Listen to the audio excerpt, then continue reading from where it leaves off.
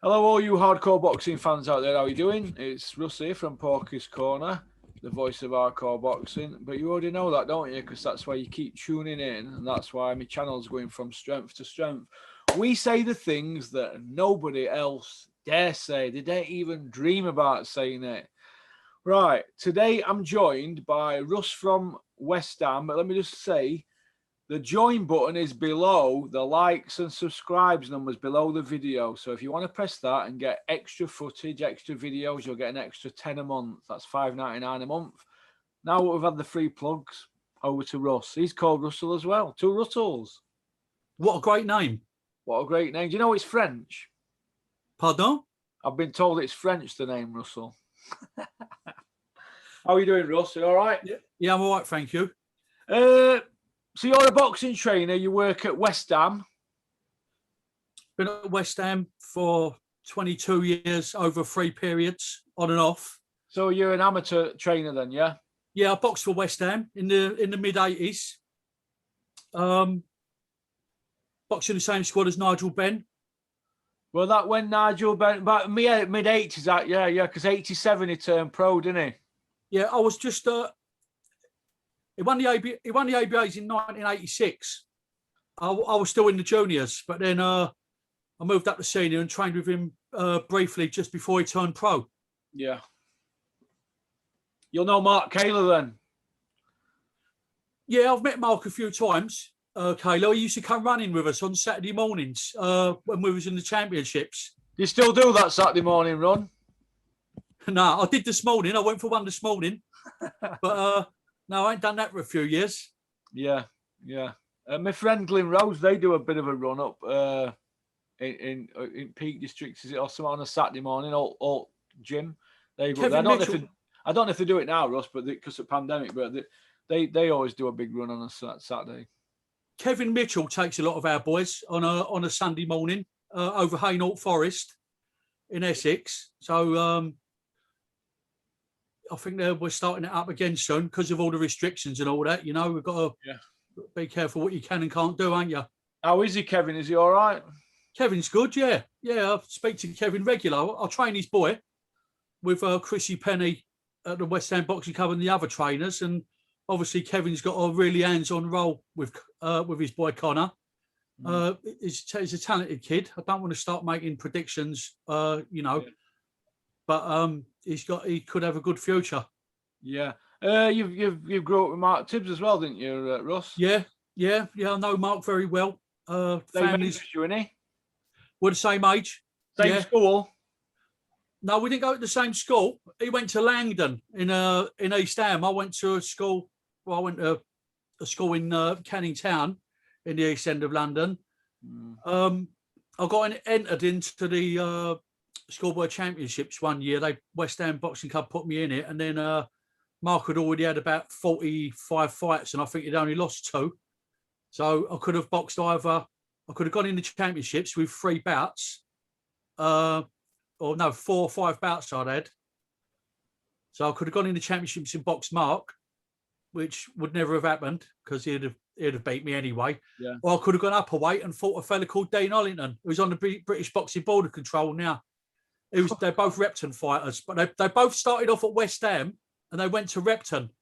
So like there's a bit of a rivalry between West Ham and Repton. There always has been a rivalry. I wouldn't call it a bitter rivalry. I'd call it a friendly rivalry, but like it gets a bit fruity when West Ham box Repton. Does it? It can do, yeah. Oh, which one did Ray Winston train at? Ray Winston was a Repton fella. Yeah. And then you had the actor Glenn Murphy. He boxed for West Ham. Burning, yeah. Yeah. He went on and boxed for Repton. He started off at West Ham, but a fair few fighters did leave to go to Repton over the years. But there's been a crossover between the 2 clubs as well. You know, you get Repton fighters join West Ham and the other way round, vice versa. But 2 really good clubs with a rich history. Yeah, it goes back years. Didn't the Crays have something to do with one of them clubs? Yeah.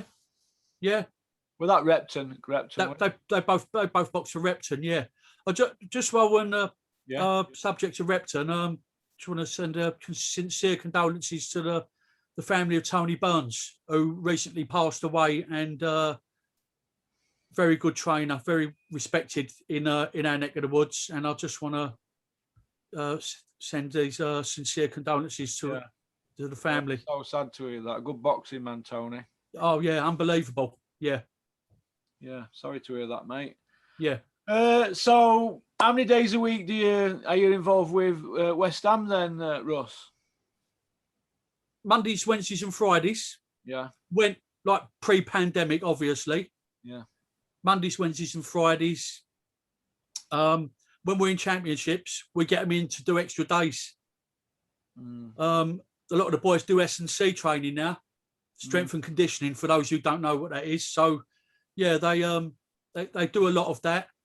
So it's Mondays, Wednesdays, and Fridays, and they do extra bits like when we're in the championships. Yeah. Backing up a little bit, you mentioned Kevin Mitchell. I remember when he turned pro, Kevin Mitchell. There were massive hype around him, wasn't there?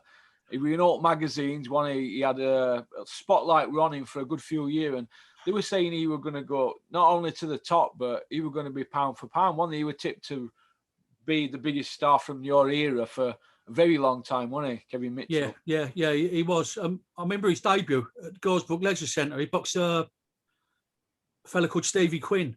Yeah. And he in with a wicked left uppercut in the first or second round, and then finished him off the following round, I think it was. I remember Kevin when he was 32 kilos, stopping and knocking boys out. I remember when he was 34 kilos. He won the schools. He boxed for West. He came to West Ham as a 16-year-old after he'd won multi-titles at Hornchurch with Paul Cook. Yeah, and then he went trainer, wasn't it? Yeah, Paul's a very good trainer. Yeah, I wanted to give Paul a mention while I was on here, and got a lot of time for Paul. He's a great trainer, as it happens. But getting back to Kevin, he went, I think, something like 28, 29 fights unbeaten as an amateur. And then he lost in a couple of national finals. Mark Morani boxed, and a fella called Nick McDonald from Vauxhall Motors. They was both good. So I can only recall him losing 3 fights out of about 50, to be honest with you. And then he won the ABAs. Yeah. He just swept them aside. That was just like, it was easy. It was easy work for him. While he was, do you remember the Lennox Lewis gym down in East London? Yeah. Yeah. I was I was like the third in command. So you had Mickey May and Terry Abbott was training him, and I was sort of like, Mickey and Terry was working in the daytime, so I used to take Kevin up a few of the pro gyms. I've seen him iron a few pros out in his early days. Yeah. Yeah, I'm not going to name them, but I remember going down to the Lennox Lewis gym one day, and Jimmy Tibbs said to me, "Who's this kid?" And I told him his name, obviously, and he ended up doing it. Jimmy eventually ended up training him for a while, didn't he? Yeah, Mark. Yeah. Yeah, he had some good trainers, Kevin. You know, he had Johnny Eames. Tony Sims. He had Tony Sims. He, I remember the Lennox Lewis College place, but Lennox funded that out in his own pocket, didn't he? Yeah. Because Carl Frotch used to live upstairs with Robert McCracken when he first turned pro, and he used to come back. He had an Honda 600, Carl, and he used to fly back up motorway. They were the days. They were the days. Do you remember when you were there, Carl? Yeah. I don't, as it happens. I'm not going to lie to you. I'm not going to pretend I did, but I used to go up there with Jason Rowlands a lot. Yeah. Whenever Jason had a spar coming up, he'd ring me up and he'd say, "Come, I'm sparring today." And Wayne Alexander trained up there. Yeah. I've done my pro license with Rob McCracken. Yeah. I've done my pro license with Rob. He's good stuff. We keep in touch now and then. There were a few other people there. Is it? I'm trying to think of the names. No, Dave Walker, did he train there as well? No, Dave trained. No, I'll speak to Dave. It was that class, wasn't it? 2002, the NEC class, wasn't there? Yeah. Dave Walker. Dave trained over Haynell in Tony Sims's gym with Rob and with before they went over to the Matchroom gym when when Dave was with Mickey Hennessy. Yeah, he trained over there. Good lad, Dave. I'm training 2 of his boys at the moment. Matthew Furwell. Yeah, Matthew Furwell. He That's boxed the one for, I'm thinking about. Matthew Furwell. I think he boxed for the Fisher Club in South London. He did. Yeah. Good club. Good No, trainer. I mean the class of 2002. You know the what Mick signed, because that was big news on BBC then, wasn't it? Yeah. I mean, unfortunately, Mick lost a lot of them fighters, didn't he? Tyson Fury. Lost all of them, didn't he? Yeah. I mean, except Lenny Dawes. Yeah. My mate Ian Burbage trained Lenny Dawes. Yeah. He's a good trainer. Getting back to that, that was a good era. That was. But he put a lot of good fighters on the map. He did, Mickey Hennessy. Yeah, he did.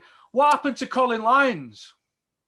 Colin Lyons, I do believe I think he's done his pro license. I think he has. Yeah. And he was training up at a club in the Hornchurch in Essex, not too far from the East End. I liked him, Colin Lyons. Yeah. Yeah.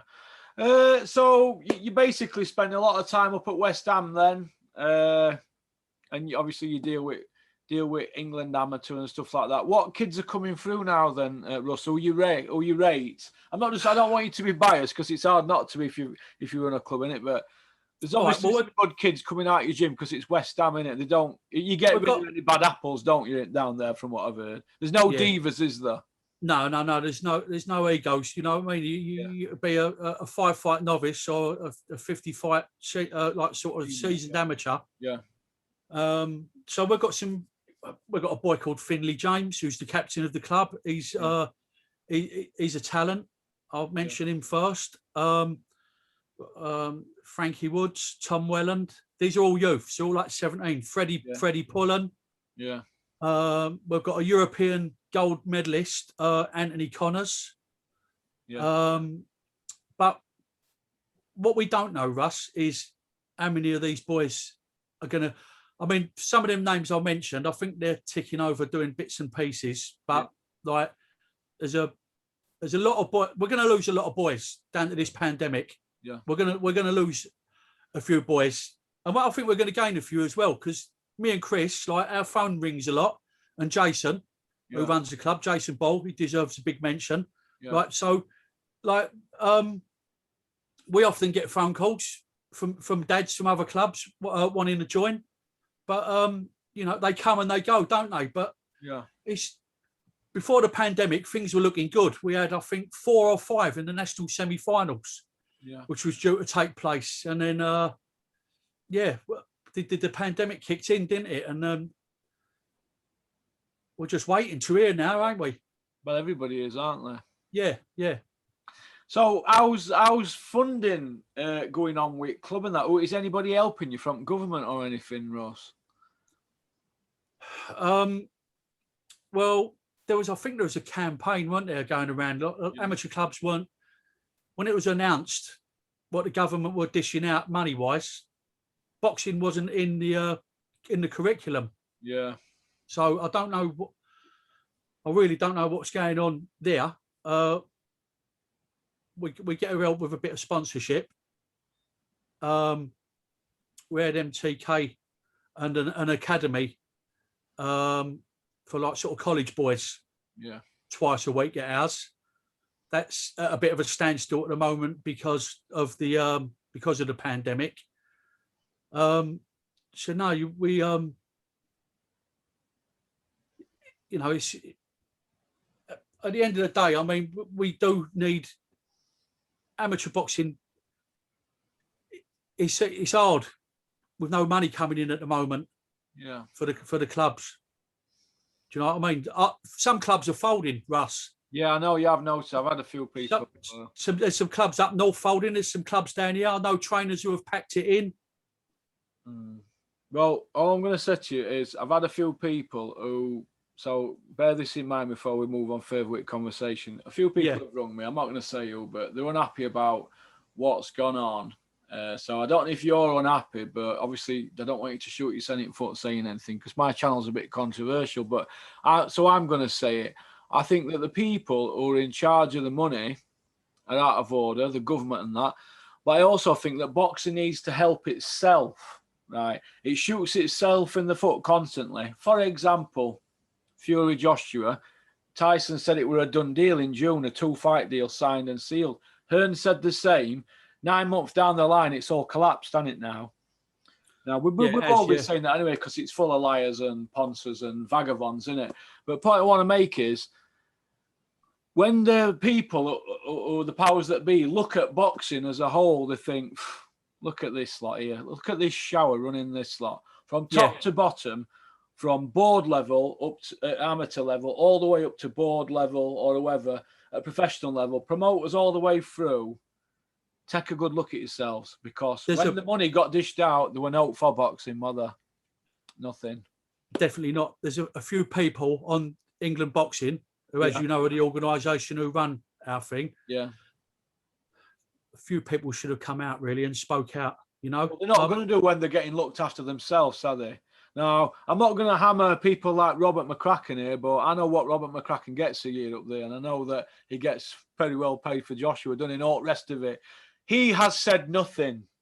He's the head honcho for the Olympic team. He said zero. Why? Whatever he earns, good luck to him, right? But he's not. He's in charge of the coaching side of things and selecting and things like that. He's not. There's people above him, ain't there? Yeah, you know what I mean? Yeah, but why aren't these people coming out? Because you've got no backbone. Some of them. Yeah, they're spineless. They're spineless. Some of these people. What these people don't understand is guys like yourself. Right, we're going to put this on record. Do you get a wage out of what you do? You don't, do you? I know you don't. Definitely not. I know my good friend Mick Whale don't. I know Glim Rhodes don't get anything for amateur stuff that he does. People don't take out of the sport. The takers are the people behind the scenes, because there's people who run England Boxing, isn't there? They get paid, don't they? Yeah. But why can't they come out and say something and save all these kids, because it has a knock-on effect. I know kids now that were boxing. I don't do kilos and that, but they look to me about 9 stone. They're walking about 11 stone now. They're doing nothing. They're on street corners. They're drinking and messing about, and they're not bothered about the pandemic. These kids are now heading to Boston. Well, it's not Boston now. They're heading to prison. It's written all on the forehead. They've got plenty jail ahead of them. I spoke to Coogan briefly about this on IFL about 6 weeks ago. Yeah. You know, a few people need to speak up a bit more, but all we get is emails, because we're on the vault, so we get these emails sent to us, but we don't get a lot of answers. Yeah, it's not good, and when the crime rate goes up and all that, that's when they might start doing something about it. But at this moment in time, they're not dishing out any funding. They're not helping out anybody. All these people have got gyms that they can't afford to pay the rents because nobody's coming to gyms. It has a knock-on effect, but they can bail football clubs out, amateur football clubs, amateur rugby, amateur athletics. But why not boxing? Is it because the people at the top are just constantly pissing on us? Like, well, it's been going on for far too long, hasn't it now? But I've got nothing to add to that. You couldn't have worded it any better than that. It's frustrating. Yeah. It's frustrating. There's a lot of trainers out there who are getting itchy hands, waiting to get back on the pads and get the boys in the gym. Yeah. Even before the pandemic, we was limited as to what we could do. Shadow boxing, bit of groundwork, go on the bags. Yeah, it's no good, is it? No, it's not good. But, you know, I think we're getting somewhere now, ain't we? But it's just dragging on. I'm hearing a little rumour that championships are starting again in September. Yeah, well, let me just tell you about that word rumour, Ross. Rumour is a pipe blown by surmisers, jealousies and conjectures. They're either surmising, they're either jealous to death, or they're conjecting utter knackers. But yeah, go on, you were saying. Yeah, no, I'm hearing from 3 or 4 different people that there is a possibility that competitive boxing will start again in September. Yeah, but we need the boys in the gym, sort of 8 or 10 weeks before that, don't we? And they want to be able to go on the pads and spar, you know, because they get the timing back. Of course. Yeah. I wonder what I know a kid who Glen Rhodes has got, and there's big noises made about. I don't know if you've heard of him. Kieran Stott, is it? They're like heavyweight. He was a big Yeah. lad, 15. He might be 16 now. I'm Yeah. wondering what's happening to people like that. People who I know personally. There's kids at Augusta McWales gym.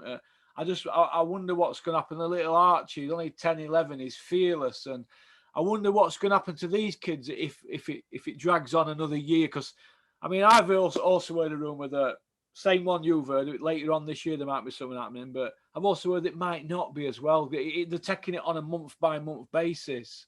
These boys have missed out on 2 seasons. Yeah, exactly. 2 seasons. Yeah. 2 seasons, and my phone don't stop. You know, parents and texts and WhatsApps, and me and Chris, who I train the kids with at the club, we're our phones are forever going off. Like, what's going on? And we still ain't really got no answers. April the 12th is the rumour for boys under 18, which most of our boys are anyway. And also May the 17th, I think we can go back, but I'm not sure if that's full on. If that's a full on capacity, whether you can do pads or sparring or what. So. Yeah. Well, I know a young kid round here, and his mum's forever saying to me she don't know what she's going to do with him now. Now he can't do sports and boxing and all that. She says he's got to grow in his bedroom 5 plants. No, yeah, he's only 14. She says I can't do that with him, Ross. As long as he ain't smoking, smoking it. I don't know about that, but she says he's got to grow in his bed. He's got a lot of energy. You know what I mean? And it's worrying, isn't it? But. All right, then. Well, moving on from that, we spoke about prospects and that. The big fight, Joshua Fury. Who have you got to win it if it does happen? I've got Fury. You got Fury on point. I've got Fury. I can't see it happening until the new year. Yeah. Well, 2022. Yeah. He's been making a few mad statements, ain't he? Well, he's been saying something every day for 13 months since he last fought. He likes to keep his it mixed, doesn't he? Do you know what, Russ? He's the king of kidology, ain't he? Oh, listen, do you know what? He's the only man I know that looks like he's lost loads of weight, but he's telling everybody he's partying 12 pints a day. I don't believe a word he says, mate. I don't. Yeah, no, he's a. You can't kid a kidder, can you? Listen, you know, once you tell a lie, you got to tell another. And once I've heard a lie off somebody, what else they say, it's no good to me. You know what I mean?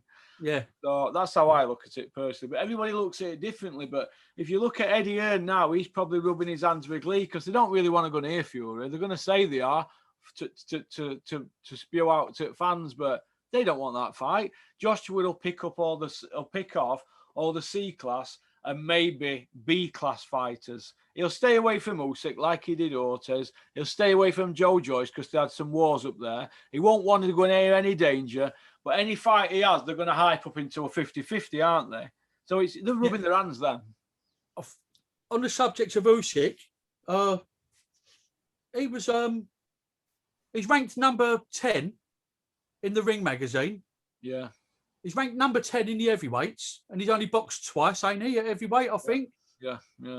But he's ranked number 4 pound for pound.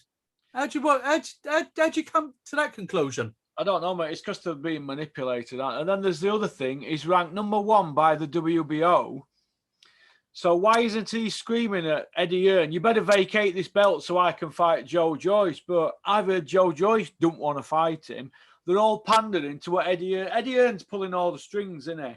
Now, Joshua should be fighting Usyk next. If he doesn't, that belt has to be vacated so Joyce and Usyk can fight for it. And then we'll see if Joe Joyce is as brave as what he's saying he is. Or is that just a blocking tool that they're putting in so that they can fight for interim and Fury and Joshua can fight for all the belts and then vacate the day after it happens? Because we need an undisputed champion, don't we? But what's the point in having mandatories and things like that if they're not going to adhere to the rules? Because without rules, we've got anarchy, haven't we? It should be the same in every weight division, shouldn't it, Russ? There you go. Listen, mate, all the way across the board, it has to be.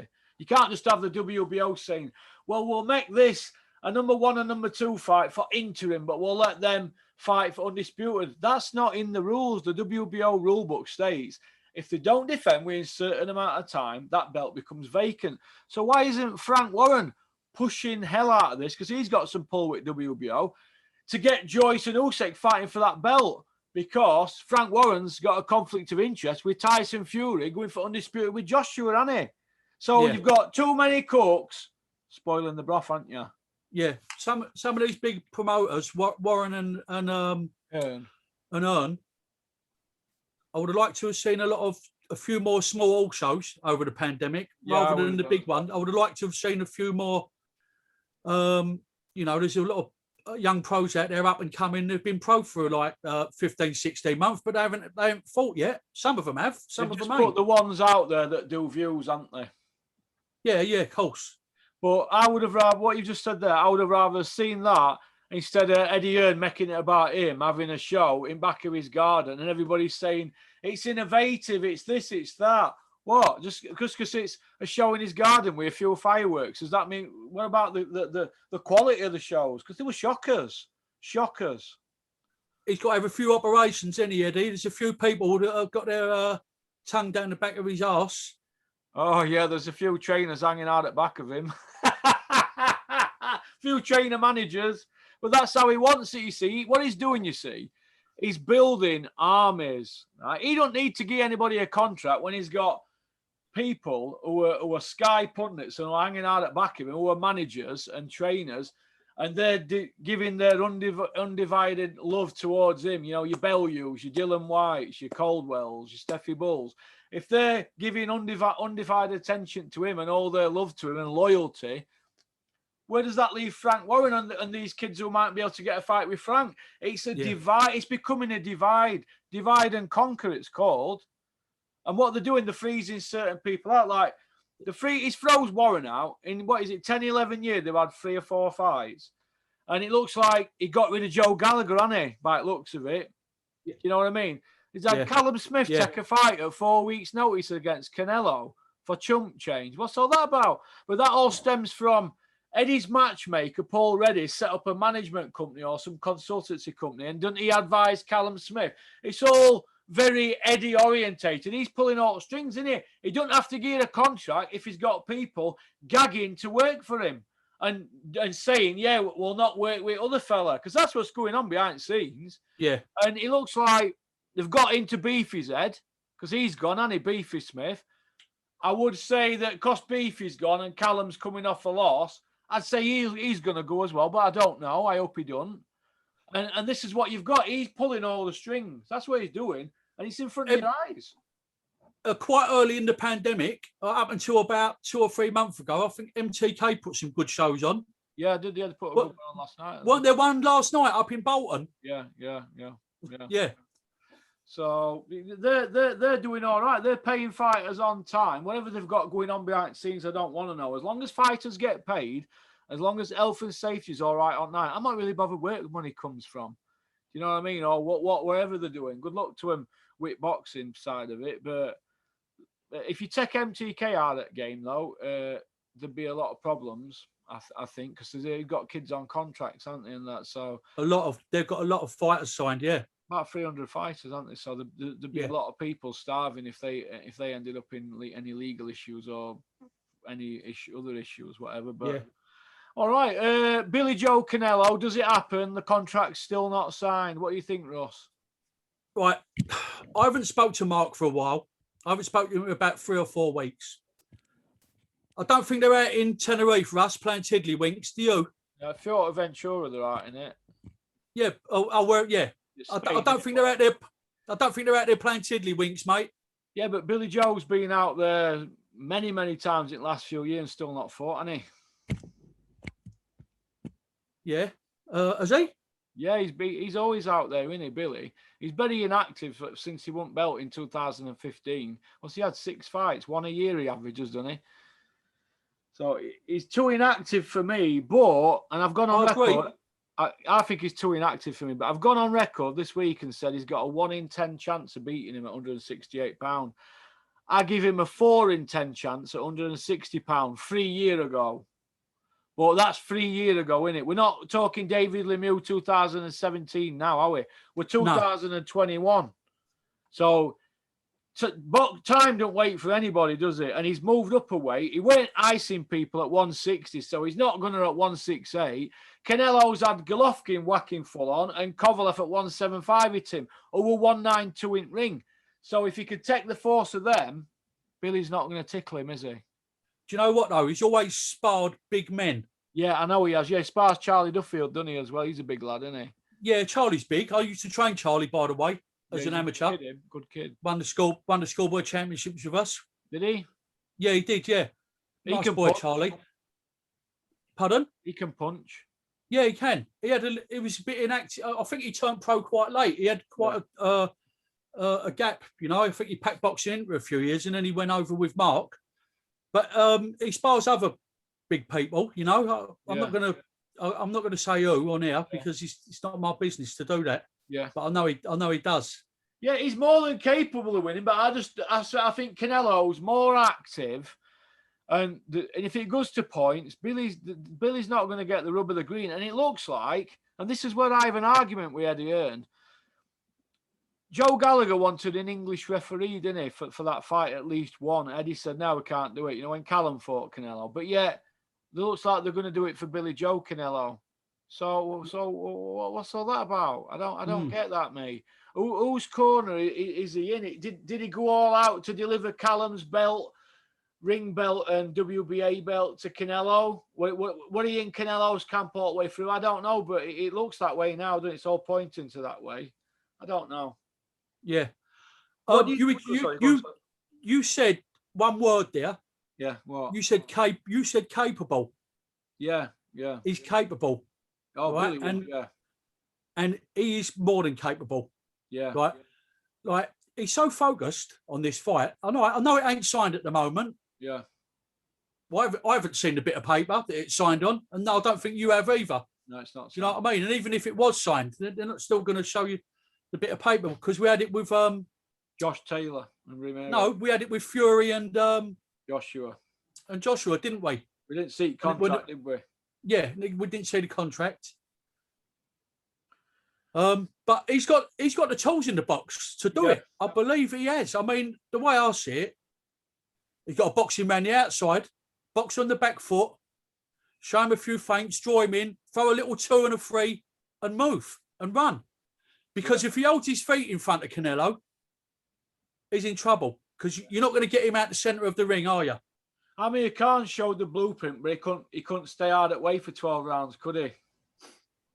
One thing you can never change in boxing, Russ, are porcelain chops and a glass jaw. Yeah. And spaghetti legs. Yeah, I see Amir Khan's had that injection, hasn't he, for COVID the other day. Yeah, I see that on social media. Yeah, it's only jab that's never knocked him out. Good job, Harold Shipman. Good job, Harold Shipman ain't about, eh? Yeah, he'd have seen him off, wouldn't he? All right then. Trainers at the moment, there's a lot of fighters. They seem to have a bad performance or a loss, and trainer seems to get kicked into touch. What do you think to that, Russ? Right, listen, there's an old saying, ain't there? Yeah. If you want loyalty, get a dog. Yeah, that's Mickey Duff's saying, isn't it, from 1980? Yeah. Mickey May, the great Mickey May from West Ham Boxing Club, who I've got to mention while I'm on here.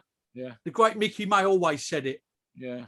And I never really disagreed with Mickey. Never. Right? But do you know what? If you want loyalty, get a pigeon, because they'll always come back to you. Yeah.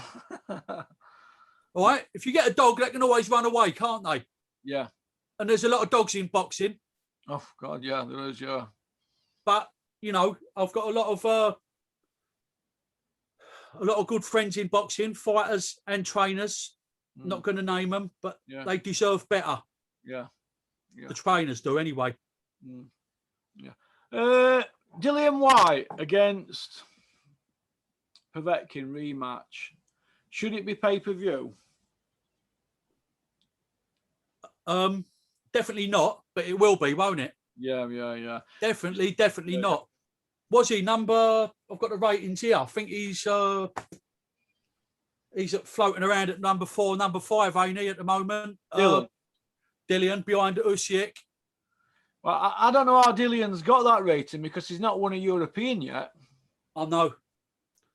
And what amazes me is this. Yoka's got the European and nobody speaks his name, do they? Nobody mentions Tony Yoka. Nobody. Joyce don't seem to mention him for a rematch. Dylan don't mention him. Nobody seems to mention him. Like nobody mentioned Caballel, did they, after he beat Chisora? Yeah. I don't get that. We seem to be stuck in like Povetkin, White, Parker, Chisora, Takam, and Pulev. Sort of those 6 seem to be like having round robins, don't they, on pay-per-view?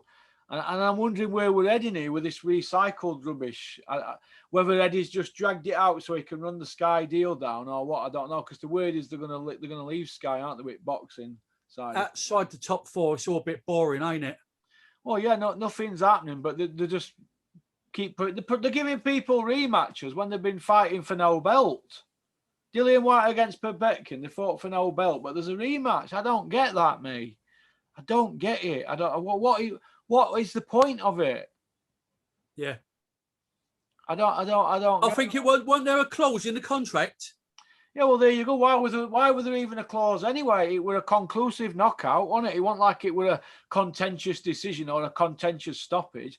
The guy's put to Kip. He got put to Kip White, didn't he, basically? And I think that were poetic justice because of how they treat Mark Tibbs, who went 11-0 with him, 5 knockouts. I think that poetic justice. He got too big for his boot, White, and he got put to Kip. Be careful what you wish for. Yeah.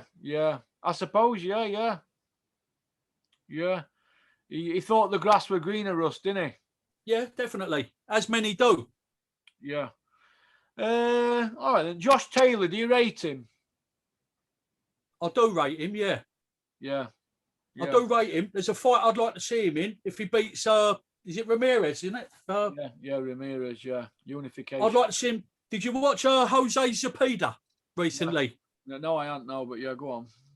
He knocked out Ivan Baranchyk. Yeah. There was 8 knockdowns in the fight. Yeah. There was 8 knockdowns. It finished in the 5th round. He sparked him out with a left cross. Yeah. It was a cracking fight. I'd advise anyone to watch it. It was only a couple of weeks ago. That Zepeda will. Like, it's all politics, isn't it, with promoters? But I'd like to see Taylor or Ramirez fight Zepeda. But I've got a feeling I'm going to tip Ramirez to beat Taylor. Yeah. Would you? You know, if Ramirez beats Taylor, will Taylor drop Ben Davidson? Because he hasn't had him from the beginning, has he? That's a good question. Do you know what I mean? And that'll be Billy Joe, Tyson, who've dropped Ben Davidson. And that could be Taylor if he loses. And where does that leave Ben Davidson? Because his reputation of being tatters then, wouldn't it? Surely. 3 undefeated pound-for-pound guys leaving him.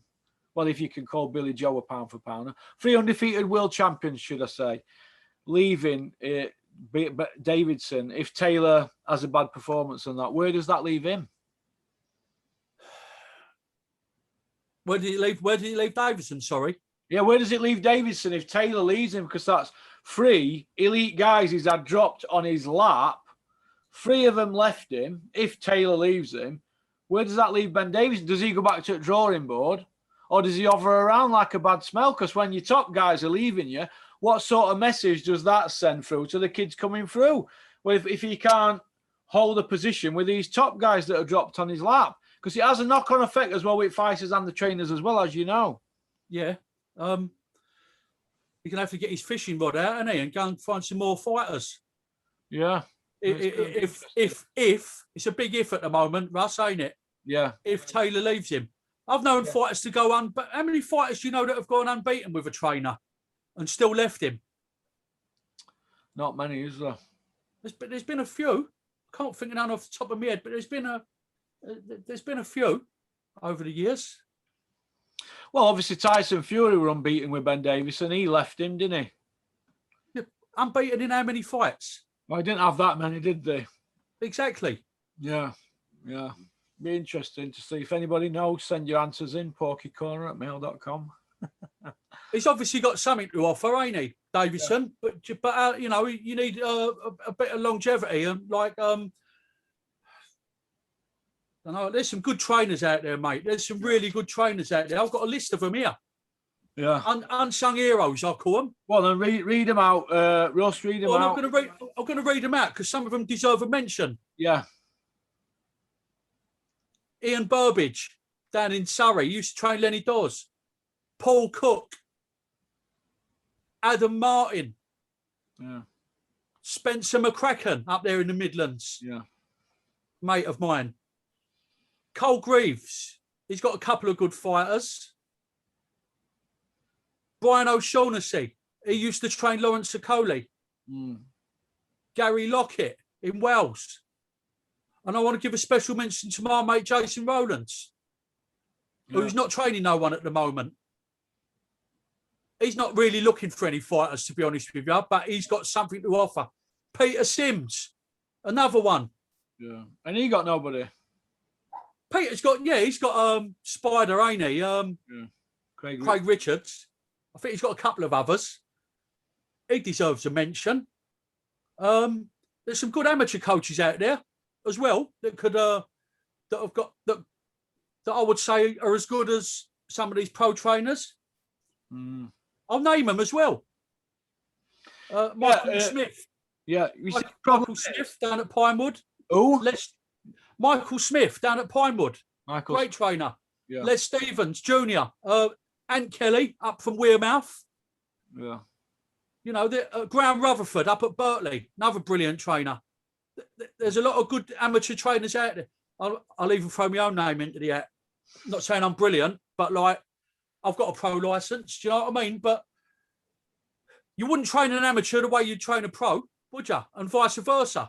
Yeah, but do you feel, Russ, that at the moment in boxing that certain people, I'll not mention any names because it's a tired story, this one, but certain people seem to put themselves out there on YouTube in constant interviews day after day after day who are trainers because they're putting themselves out there auditioning for parts as if to say, you come with me because we're working with this promoter and you'll get on TV. Do you think there's a lot of that going on? Well, really, these trainers are not really as good as what they're saying they are. They just want to throw kids under a bus. Do you think there's a lot of that going on? If you know how to stab someone in the back or lick an arse, you got a good chance of getting on in boxing. Yeah. I know a lot of people who won't do that. Yeah. A lot of people. Yeah. Yeah, because there's a lot of it going on at the moment, isn't there? Oh, it's rife. Makes me feel ill. You know, I've heard stories about certain people recording conversations with people at after parties and handing them to certain promoters. How's about that one? Double agents. Double agents. They get a WhatsApp voice message and they've spoken to someone in confidence and then they forward it on to someone else. Yeah. Naughty. So, I know. Before we end, I've just got a little competition here. I think this is the last pair. Is it? Yeah. No, there's two more left. Size 7 to 12. These are summer editions. Here we are. Lacoste. There you go. They always pack them out with this crap, don't they? These are tennis ones, I think. If anybody plays tennis, or is it badminton? Think of a question, Russ. First person who sends correct answer, if you're size 7 to 12, and they do halves as well, so it's 7.5, 8.5, all the way up to 12, but not 12.5. So 11.5 right. to 12. Think of a question. Off the top of my head? Yeah, go off top of your head. Who's the first man to beat Frank Bruno? As a pro or amateur? As a pro. As a pro. I know the answer to that, but they'll have to go on Boxer and fire it in quick, won't they? Yeah. Well, you did say off the top of my head, didn't you? Yeah. You know what would have been a better question? Who were the first person to drop him? But we'll say beat him. Well, I'll tell you another good question. Go on then. Who's the biggest arse licker in boxing? Dave Caldwell. You said that, not me. You said that. Well, you could throw a list up, couldn't you? There'd be a lot of contenders, wouldn't there? So, all right. Well, listen, it's been a pleasure, Russ. You're welcome on any time. We'll get you a couple of weeks. Have you on again in a couple of. I'm trying to even it out now because I've got a list here. Oh my God, there's about 24 names, and it is time consuming because you do an interview and then you're 2 hours getting it to get it out there and no messing about. But Thanks. I was a bit worried about coming down here, but you've gone quite gentle with me. Oh, well, what it is, you see, right? You've got to understand. This is your passion, like me, but I don't want you to say something on it. I could have asked you a question to put you on the spot, but I don't want you to say something and put yourself in a position where it can harm you down the line. Because trust me, there's a lot that goes on when people come on here. They get a bit of aggravation behind the scenes. So Yeah. that's When I'm out of it, whenever that may be. Yeah. Or you could come on and let rip. Yeah. You'll come on and say your bit, but don't shoot your Senate foot. Always remember that, mate. Keep your cards close to what Dennis used to say to me. Keep your powder dry. I don't want it. It's wet. It's no good to me then, is it?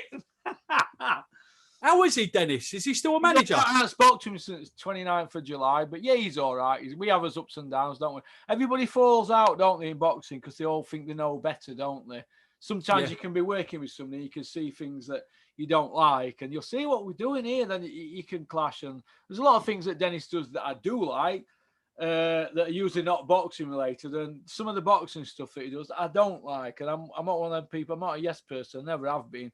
And if nobody's paying you, you can say what you want anyway, can't you? Yeah.